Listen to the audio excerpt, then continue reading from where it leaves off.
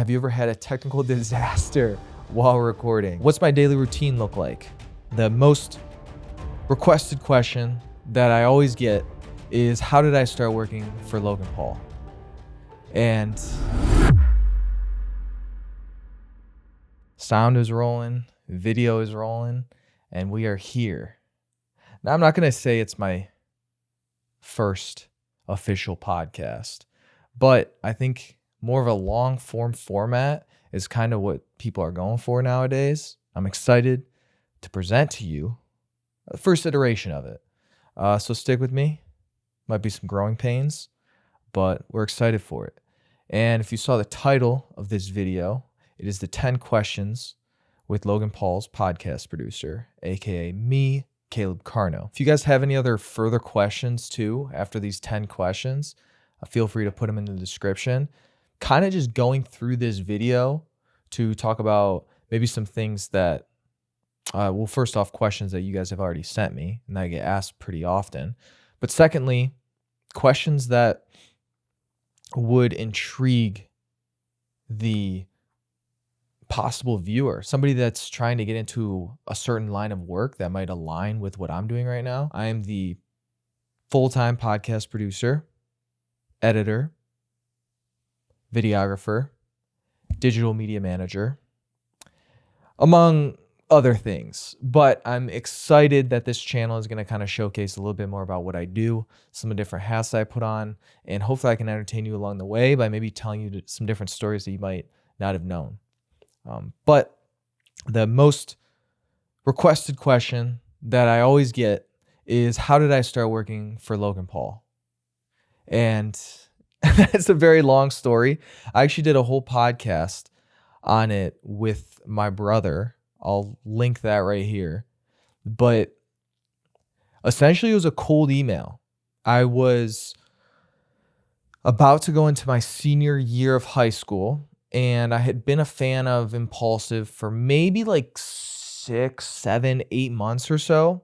And I had noticed that they had stopped posting on their Clips channel. So me being the podcast, I was eating up all the different types of content back in the day, and podcasts were one of those things. I mean, I'm still watching so many podcasts to this day, but a big fan of any self-improvement stuff. And I remember I watched a podcast with that Charlie Rocket that Logan had on the podcast one time. And he really talked about this and really harped on this one thing called being a delusional optimist. I thought to myself, like, damn, I'm not a pessimist, but like, am I thinking enough about how I'd be able to improve my situation? And like, am I actually thinking about long-term goals, setting really high expectations and being a delusional optimist? I've really thought about that for a while. And I was like, maybe I'm not. And then I started thinking, oh, well, what's my dream job? You know, I think I was always thinking that I'd be in the sports space. I went to school, got a minor in sports management, a major in sports marketing. At that time, I built up an Instagram account to around 50,000 followers, which is called the Basketball Purist.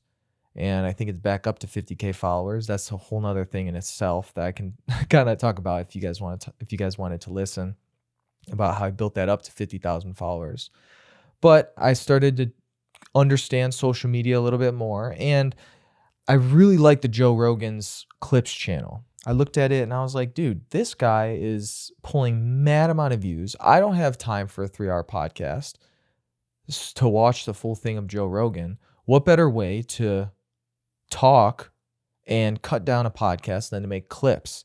And man, everybody had a podcast then, or at least like podcasts were on an insane first rise.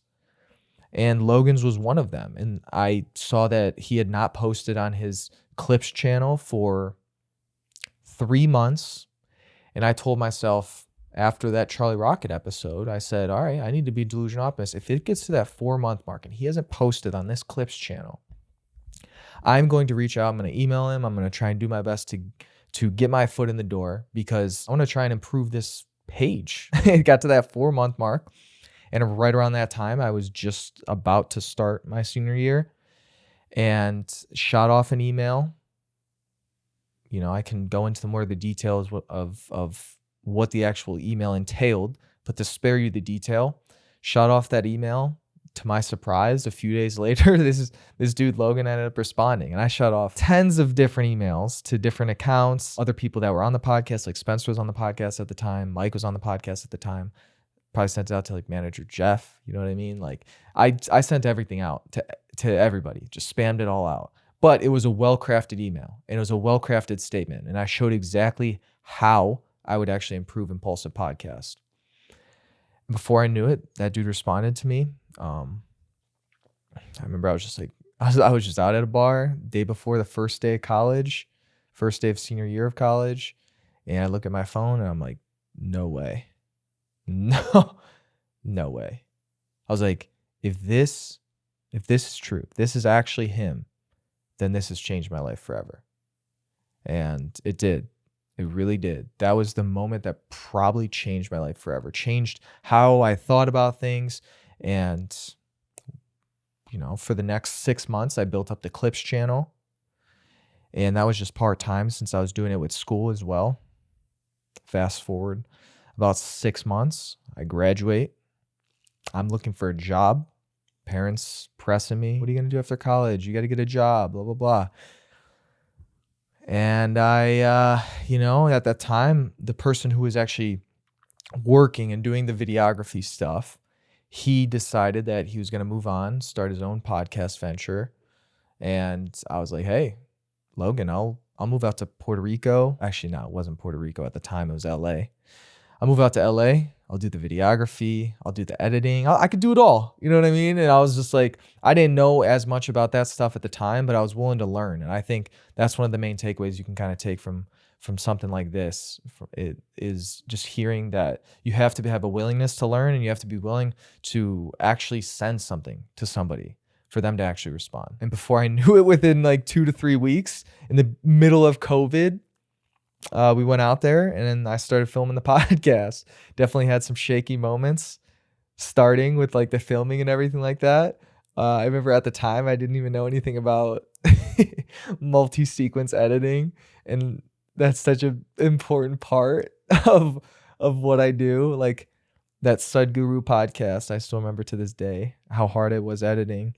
And I'm pretty sure Eric and Mac came over to Logan's house one time, and they talked about how Mac was actually, he's the lead editor and stuff. And he was telling me about how good that this one thing was of multi-sequence editing. And I was trying so hard to edit this podcast with Sadhguru, because it's the first one that we didn't, it wasn't actually in the studio, it was outside. And I had to figure out how I was going to splice together 4 different angles. I only ever had to edit when all of the stuff was put together. Okay. I never had to edit when I was given a camera angle from 4 different directions. So basically just had the knowledge of HDMI input going into there, didn't have any knowledge about how to edit it. And then Mac told me about multi-sequence editing. It changed my life. It changed my life. But yeah, to cap off the question, how did I start working for Impulsive? It was a journey of delusional optimism that ended up turning into something absolutely incredible, something that was bigger than anything that I could have expected. And every single day, just about, I kind of pinch myself at who I've become, the job that I have, how grateful I am to have this job. And if I was you and I was watching this video, I'd do whatever I can to take very calculated risks, and even at times uncalculated risks, to see where it could pay off. But at the end of the day, be a delusional optimist. That's how I got my job working at Impulsive. Okay, that was a very long-winded answer for number 1. But here goes the second question. How to build a minimal podcast set that is still portable. Okay. I'd kind of break this down into a few things. First, figure out how many people you actually want on the set, because then you're going to have to figure out, you're going to have to figure out where you even want to host the podcast set. You're going to have to figure out how many like chairs, how to kind of set up all the furniture. But basically, if you're just asking about like minimal equipment, everything like that, understanding how many people there are is going to help you understand how many mics you need, how many stands you might need, how many lights you might need. I mean, most of the time, 3 lights is probably going to be the best. I mean, honestly, might just be able to do one big lantern light that just like hangs over your whole podcast. Like those things are absolutely clutch. But do your best to kind of keep it as minimal as possible, because you don't want it to get to the point where you are overexhausting yourself with how much equipment that you kind of have to lug around. Like I have to lug around a lot of equipment, but like I understand that. Like I know that it's 4, sometimes 5 podcast guests. So it's important that you kind of know what you're getting yourself into a little bit when you're doing something like this. That's a portable podcast. Look into getting some mics that are maybe even more portable. Like we like to use the Shure mics at Impulsive, but even something as like DJI, I think, has some mics, and Rode mics. Like those things are small, portable. They can clip on there, and you won't have to worry about going to the airport with all tons of this equipment and worry about everything with that. Sometimes, when it comes to portability, sometimes the cost of everything is an issue. Like I would recommend getting a media pass. I can go into more depth about that later, but like that helps save you some money when you're actually going around with things. And cameras, like you're going to have to probably splurge on a camera. You know what I mean? Like I like to use the Sony cameras, Sony A7S3s, A7 IIIs. Like they're just solid options. The Sony A7 IIIs have a 30-minute record limit. Makes it a little bit tough at certain times, but I think that's also good because you're able to kind of check in at the different angles every like 28 minutes, you know what I mean? And just stop, restart, stop, restart. And I think it's good. It's good to make sure you kind of have all the angles, because the last thing you want to do is have a whole podcast and it's a terrible angle. You never looked at it once again and you're left with an angle that's not too great. So that's what I'll even be doing with this. After like 25 minutes, I'll probably stop and then re-record, just because it's better for your sanity. Like I've had times too where I've shot a whole podcast with the Sony A7S III, a whole hour, and then the camera actually overheated. So I lost that footage. I was somehow able to plug it into like a software that was able to give me back, like the RSV file was able to give me back actually something, and I was able to put that in and I was able to get a video out. But like you don't want to have to worry about that. You don't want to have to worry about that. When it comes to cameras, you're probably gonna once again have to splurge a little bit with that. Bags, get Pelican cases to travel with, and then any lighting, like I said, nice lantern light is usually pretty solid. If you want to do 3-point lighting, it's totally fine. I'm kind of slowly starting to get into a little bit more of I think it's called, is it ambient lighting? Ambient lighting. I don't know. It's when you kind of just have small touches of lighting like here and there. Kind of behind me right now, you can see I have just like that small little light, and that other small little light over here. What helps with that is just it makes the set look a little bit nicer. So, yeah, when it comes to building a minimal podcast set, you want to do something that is not that heavy, something that you can actually replicate and you won't dread having to carry everything around. What's my daily routine look like? Okay. The daily routine. So I work remote probably about 85% of the time. And then the other 10, 15% is me traveling around with the boys wherever they want to do the podcast set. So a lot of the time that tends to be either in New York, Puerto Rico, Miami, a lot of stuff more on the East Coast. I think we were in LA recently. We just recorded there. But if I'm not traveling, I'll wake up, go for a walk, do my best not to look at my phone for like the first 30 minutes of the day. Then after that, have some breakfast, look at my phone, do some work, edit. And then before I know it, it's like 4 or 5 o'clock and I go to the gym. After the gym, after the gym, I eat some dinner and then either work some more, play some video games, or hang out with somebody. Like it's kind of like a toss up between like one of those three after that. But I'm still kind of in the mode now where I have a little bit too much of like a toxic work hustle. I don't even know if it's toxic. I think sometimes it's good when you're in your 20s, you're doing something like that. But other times you need to kind of enjoy the moment a little bit more. And so when I need to do that, I'll hang out with a friend and or play video games or hang out with family, hang out with a dog, anything like that. So that's kind of like daily routine. What's one goal that I have within the next year? I would like to build my personal brand a little bit more. That's kind of why I'm starting this channel. I think it allows you to be more personable. I also think that's like the future of social media, is letting people into your life a little bit more and them understanding a little bit more about you. Also, your network is your net worth. Slowly starting to understand that.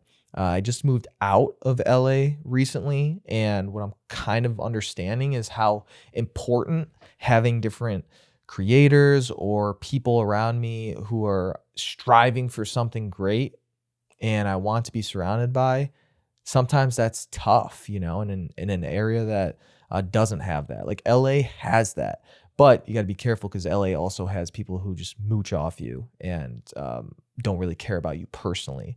So that's kind of like the give and take that you have to have. When it comes to building my personal brand too, is like, it's kind of fun to me. Like it sounds fun to me. The idea of building my personal brand sounds fun. Now, do I know exactly what I want to do with my personal brand? That's maybe a little bit of the tough part. I'm good at podcasts. I'm good at understanding. I'm good at editing podcasts. I'm good at traveling and producing podcasts. But am I good in front of the camera?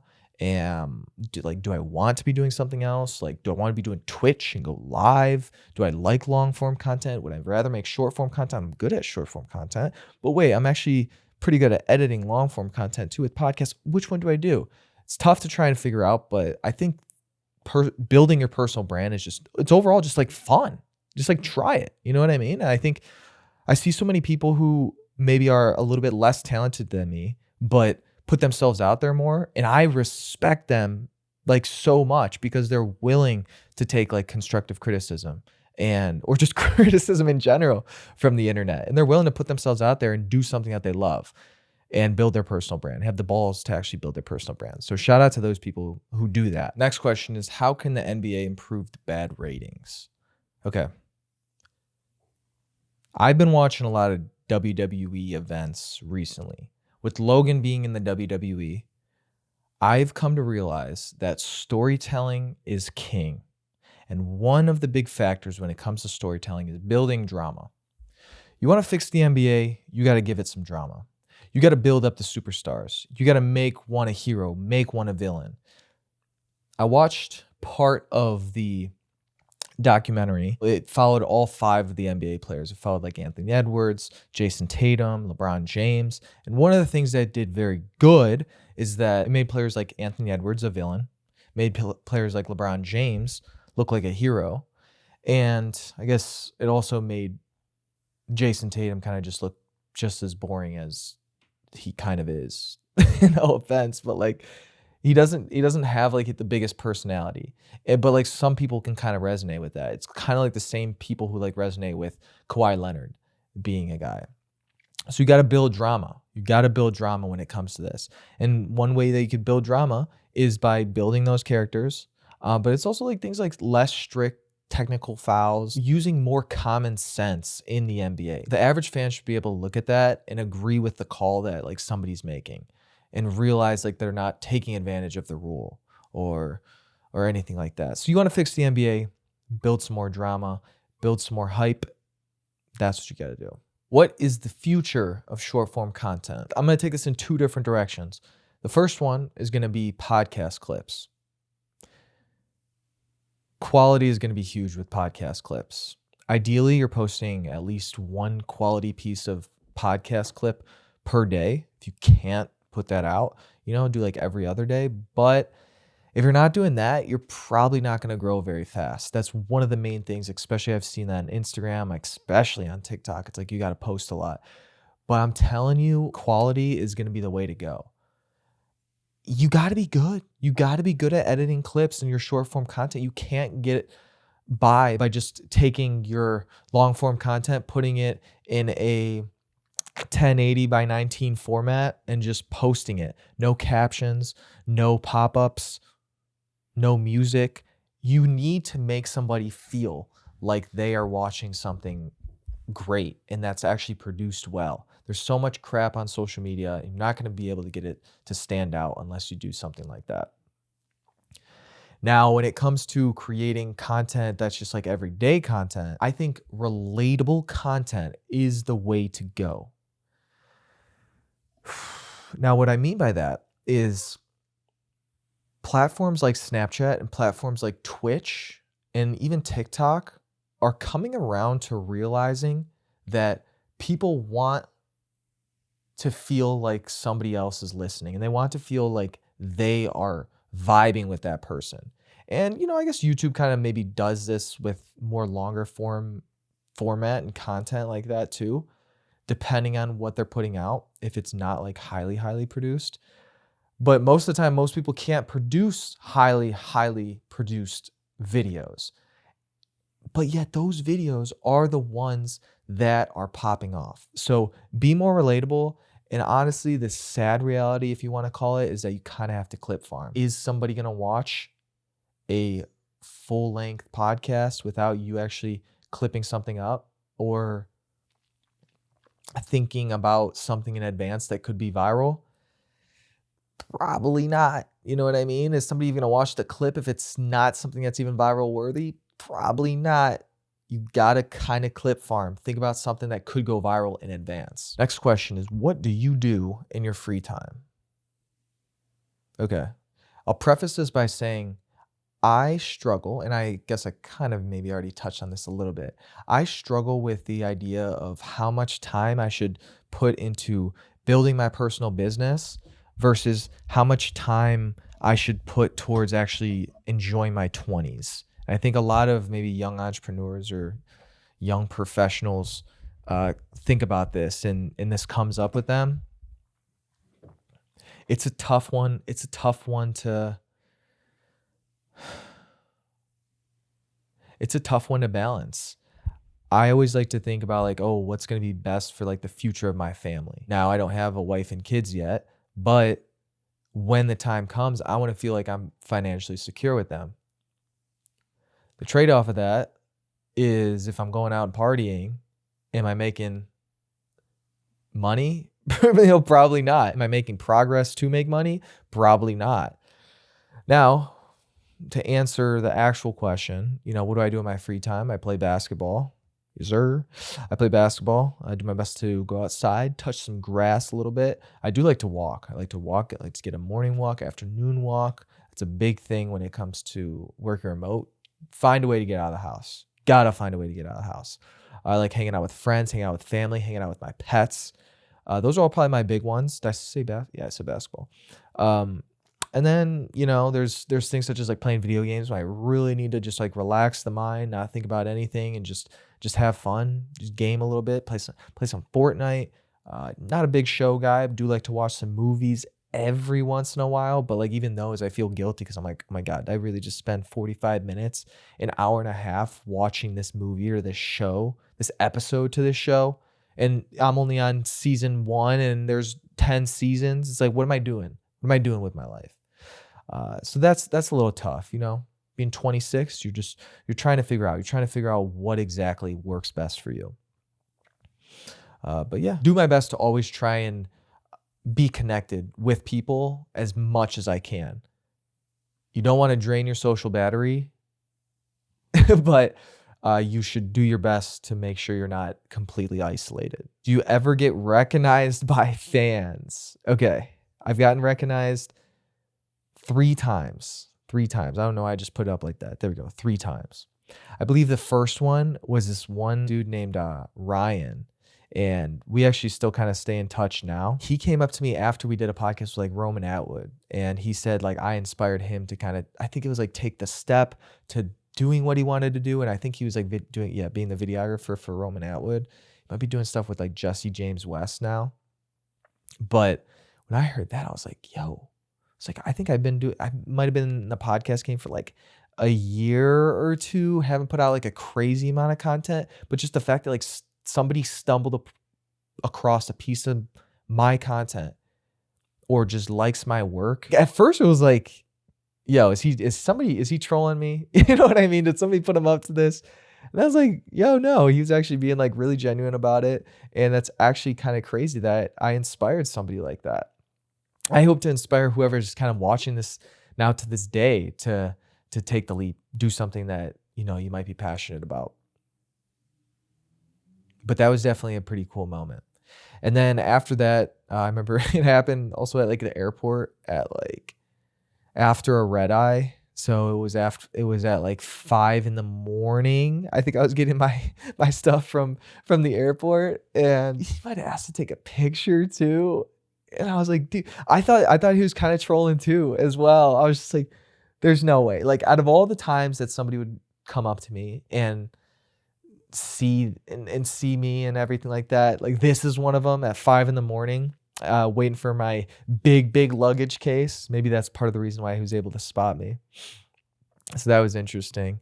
And then the third one was more recently. The guy at we were at Jake Paul's party after he fought Tyson, and he came up to me and stuff. And we had actually followed each other on Instagram. He had some Instagram followers and stuff, but I'm pretty sure he just told me how he just likes what I'm doing and he respects kind of the way I go about it.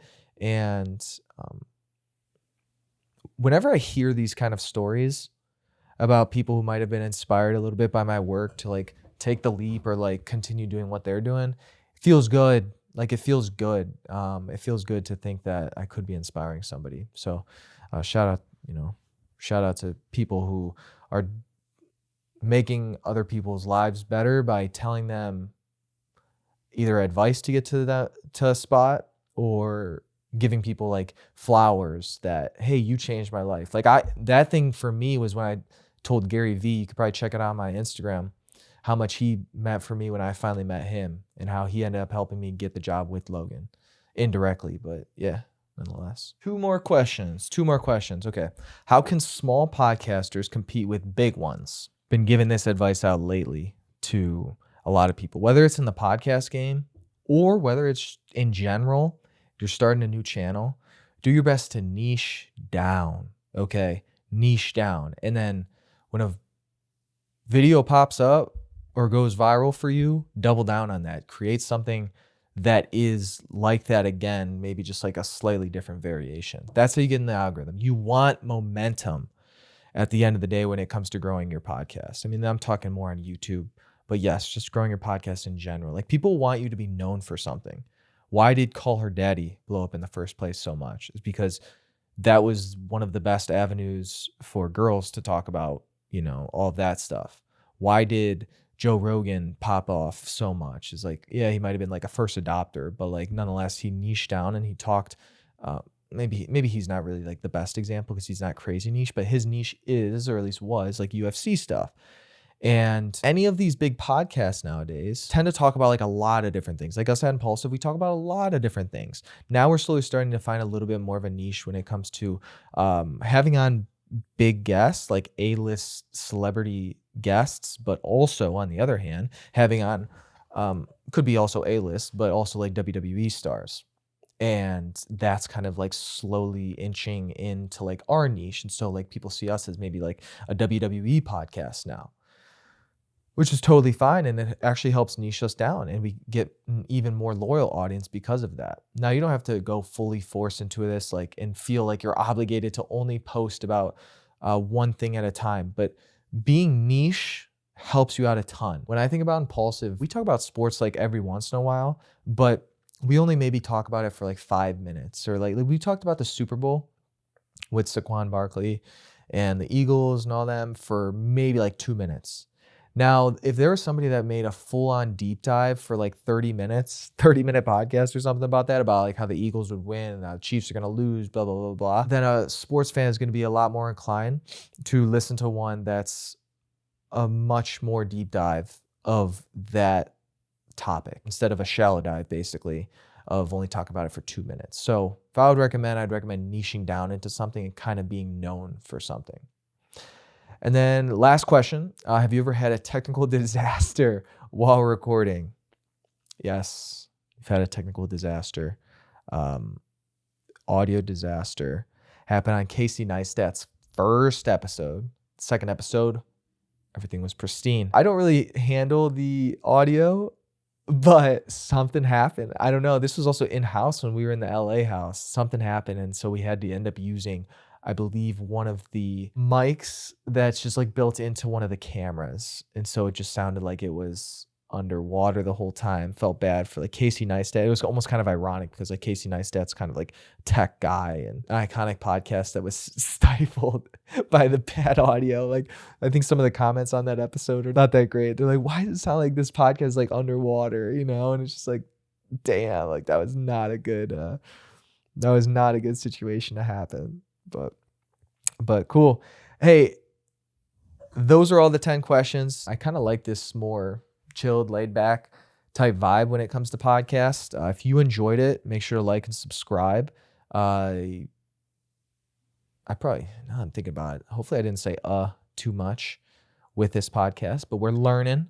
We're figuring it out. And if you stayed long enough for this podcast, you can obviously follow me on Instagram. I'm posting a lot on Snapchat now too, a lot more behind the scenes. So follow me on that. If you enjoyed this episode, I'll see you in the next one.